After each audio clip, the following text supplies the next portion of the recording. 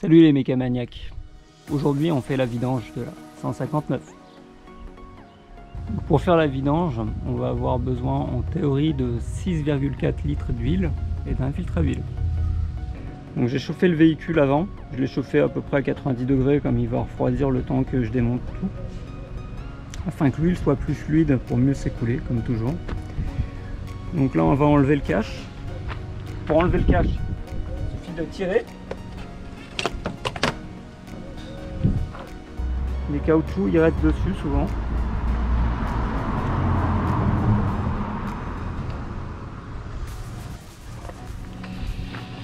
Donc les trois petits caoutchoucs comme ça, on les enlève du moteur, on les remet sur le cache. Hop, 2 et 3. Et là il n'y en a pas, il est sur le moteur. Je vais lever le véhicule et enlever le cache qui se trouve en dessous. Je vous avais déjà expliqué dans une vidéo comment procéder, donc je ne vais pas le faire ici. Nous sommes en dessous du véhicule. Donc le bouchon de vidange, il est là, vers l'avant du véhicule. Et une mauvaise surprise, enfin c'est pas une surprise parce qu'on m'a prévenu, le bouchon il est complètement ripé. Du coup j'en ai prévu un de rechange. Il va falloir enlever celui-là avec les moyens du bord. Donc le bouchon il est desserré, donc ça n'a pas été très compliqué comme il était déjà entaillé sur le bord. J'ai juste pris un tournevis à frapper que j'ai mis ici. Et puis j'ai tapé avec une bonne massette. J'ai essayé avec un petit marteau, ça marchait pas. Une bonne massette comme ça, c'est très bien. Donc si vous n'arrivez pas à dévisser votre bouchon, s'il est complètement bouffé, soit vous prenez un tournevis à frapper, mais pas un truc premier prix là comme j'ai, parce que là vous allez juste péter le bout. Soit un burin, et vous faites une entaille comme ça en tapant sur le bord. Et normalement, vous en sortez. Là, en principe, j'ai fait bouger tout à l'heure, hop, c'est bon. Il a lâché, donc je vais pouvoir faire la vidange. Donc un petit bac de vidange, un gros carton en dessous, des fois que ça coule à côté, du papier, des gants en nitrile de préférence.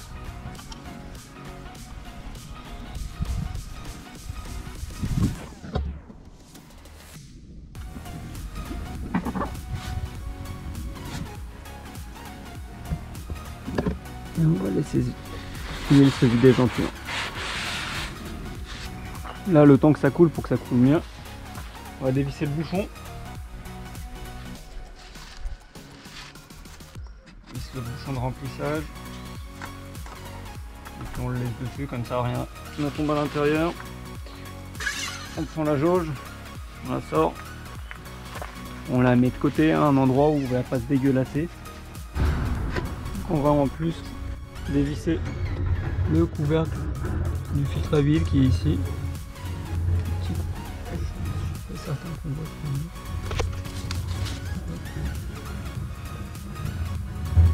C'est le cache noir à l'intérieur. Donc il faut une douille de 36. Donc je vais pas le dévisser complètement. J'ai juste le desserré afin que l'air rentre bien dedans et que l'huile puisse également couler. Comme indiqué précédemment, douille de 36.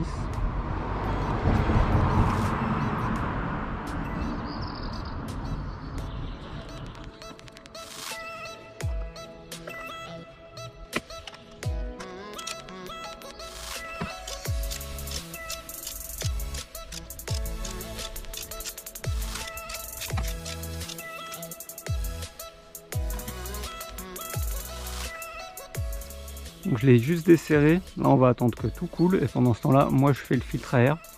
Je vous explique pas ça, j'avais déjà montré ça dans une vidéo précédente.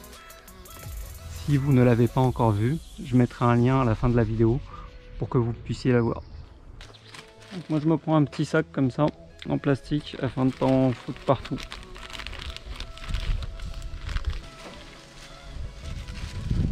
Donc je l'ai déjà dévissé tout à l'heure, hein, je vous avais dit.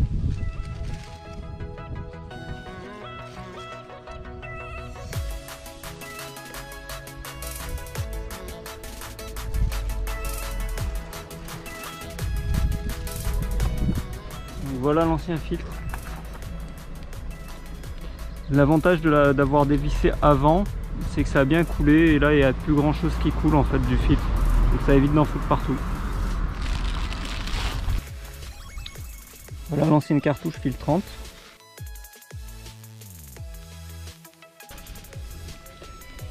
Voilà le support de filtre. Donc bien entendu il faut le nettoyer avec du sopalin à l'intérieur. Enlever le maximum d'huile sale. En principe avec le nouveau filtre vous avez un petit joint. Le joint qui est ici, on l'enlève.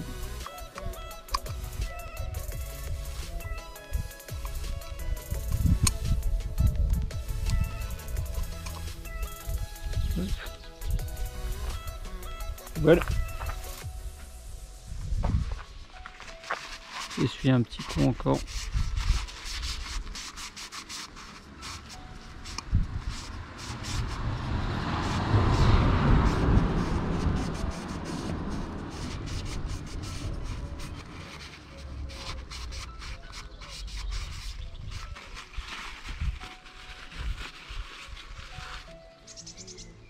Et puis on remet le nouveau joint.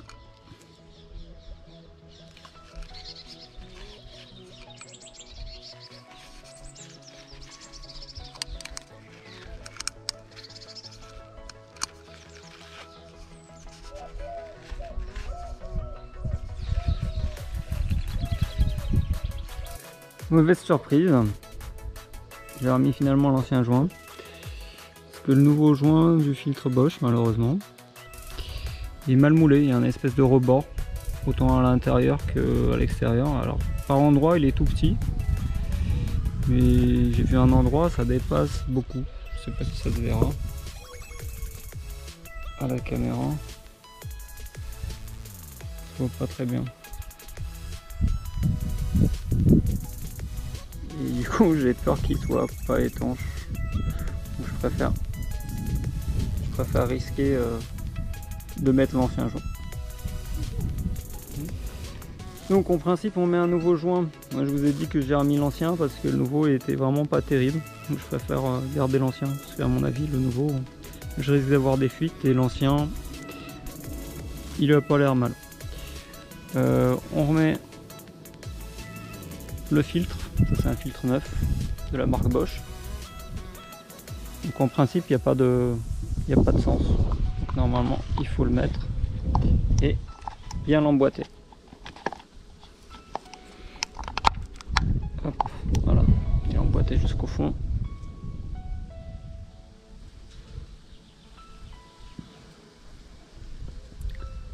Il ne reste plus qu'à visser ça.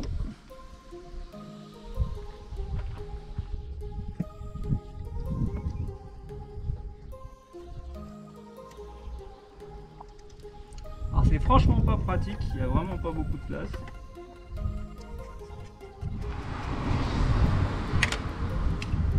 Et puis une fois que c'est vissé à la main, on serre à la clé.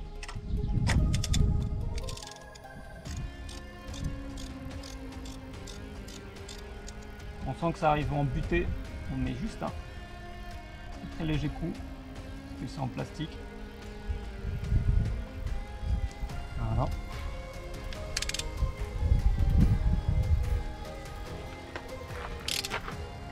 Et puis petit détail, je ne sais pas si vous avez vu, le joint était déjà graissé, il faut bien graisser le joint avec de l'huile si possible propre avant de le visser.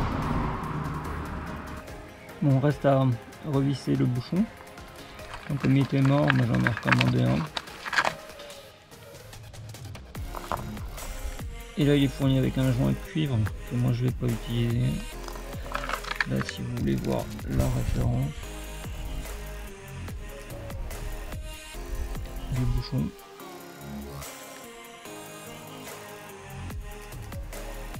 J'espère qu'on voit bien, sinon je remettrai ça en commentaire. Et puis je vais utiliser un joint comme le joint d'origine constructeur. Donc un petit joint avec une petite lèvre en plastique, caoutchouc, enfin en matière composite. Et donc là aussi, vous avez la référence si vous voulez. Vous pouvez acheter ça aussi chez Alpha directement, mais c'est plus simple de commander ça sur internet. Puis aussi un petit peu moins cher. Donc rapidement, petite visu du joint. Ça me rassure plus d'avoir un joint comme ça. Puis en général ça fuit pas. Et puis ceux-là surtout faut les changer à chaque fois. Et le bouchon, c'est pas du torx, c'est une simple clé Allen. Ce qui est je pense mieux. Donc là on n'a plus rien qui coule. Là le véhicule il est au sol. Et bon, tant dans le bras, j'ai pas de souci pour atteindre l'orifice. Donc après il faudra que je le lève à nouveau pour remonter le cache, mais en attendant je peux faire ça.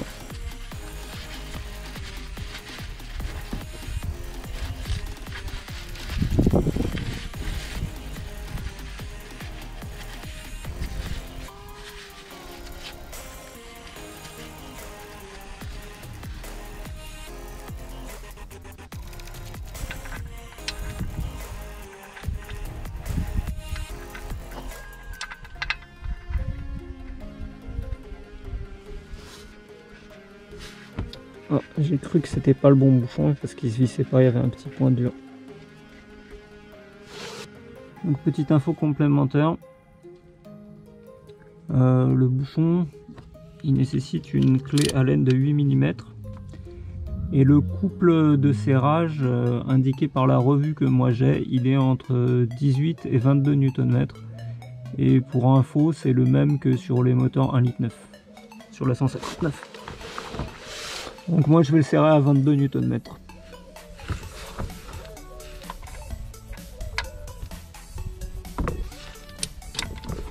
Donc ma clé elle est déjà réglée.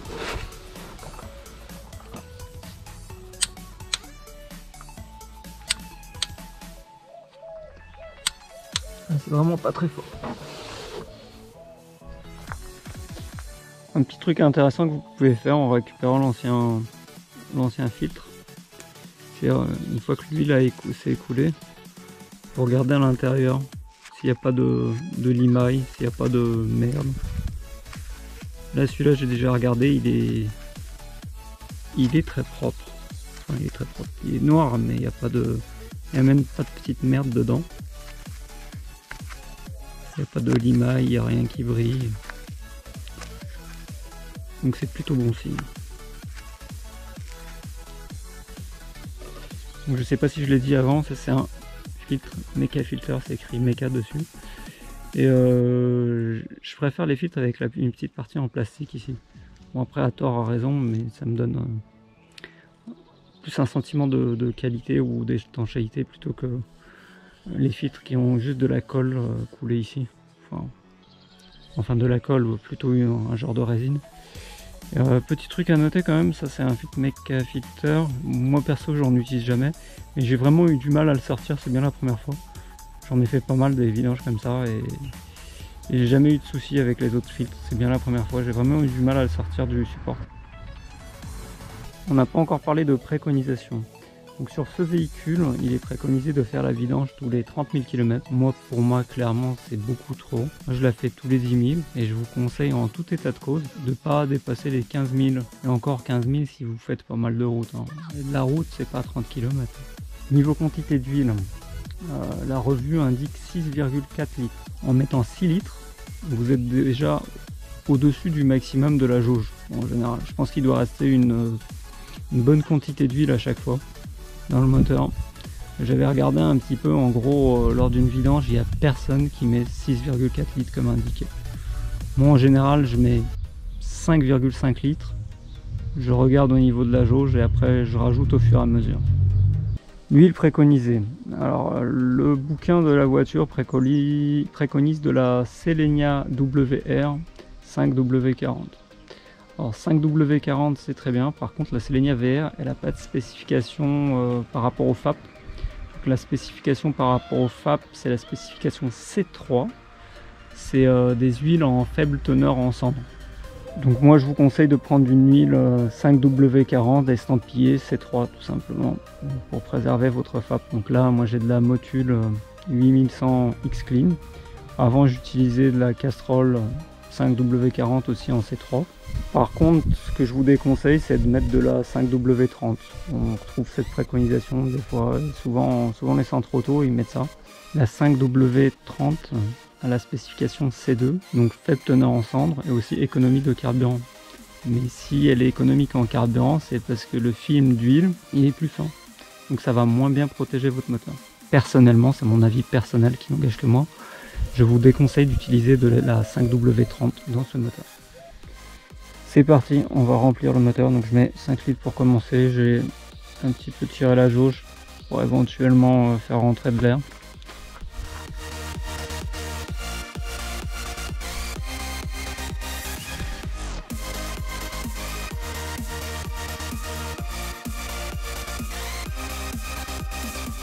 Voilà, j'ai mis 5 litres. J'ai fait tourner un peu le moteur. Déjà, après avoir mis 5 litres, j'étais un petit peu au-dessus du minimum. Donc j'ai rajouté à peu près 0,6 litres, donc 5,6 litres en tout. Et je vais vous faire voir ce que ça donne au niveau de la jauge. Donc bien entendu, le moteur il a tourné un petit peu. Là, ça fait à peu près 10 minutes qu'il est au repos. Donc je vous fais voir ça.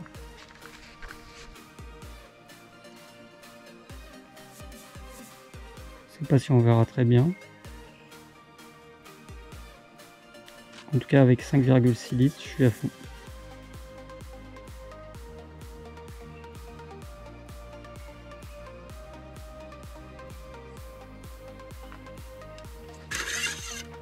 Ce qui m'agace, c'est qu'on vient de faire la vidange. Et regardez la couleur de l'huile. Elle est noire de chez noir. Donc ça veut dire que le moteur il est quasiment... ça veut dire que le moteur il est vraiment crade. Donc là on est sur un véhicule où le précédent propriétaire ne dépassait pas 20 000 km de ce que j'ai pu voir sur les factures. Donc j'imagine même pas sur un véhicule où on entretient tous les 30 000 km. Donc là moi ce que je vais faire, c'est que je vais faire à peu près 1000 km pour rincer un peu le moteur. Et je vais refaire une vidange. Et après j'en ferai une tous les 10 000 km. Et là je vous garantis que l'huile elle sera propre. Donc là on a fait le niveau. Je vais encore revérifier d'ici un jour ou deux. Donc la touche finale. On remet le cache moteur. Donc on a bien pris soin de remonter les 3 petits caoutchoucs.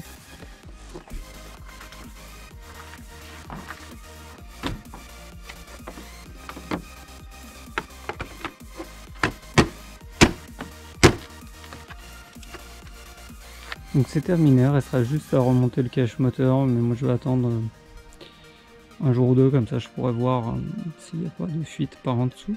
J'espère que ça vous a plu et que ça vous sera utile pour l'entretien de votre Alfa Romeo. Comme toujours, si tu as aimé, tu mets un petit pouce. Si tu aimes bien ce que je fais, tu t'abonnes à la chaîne. Allez, à plus!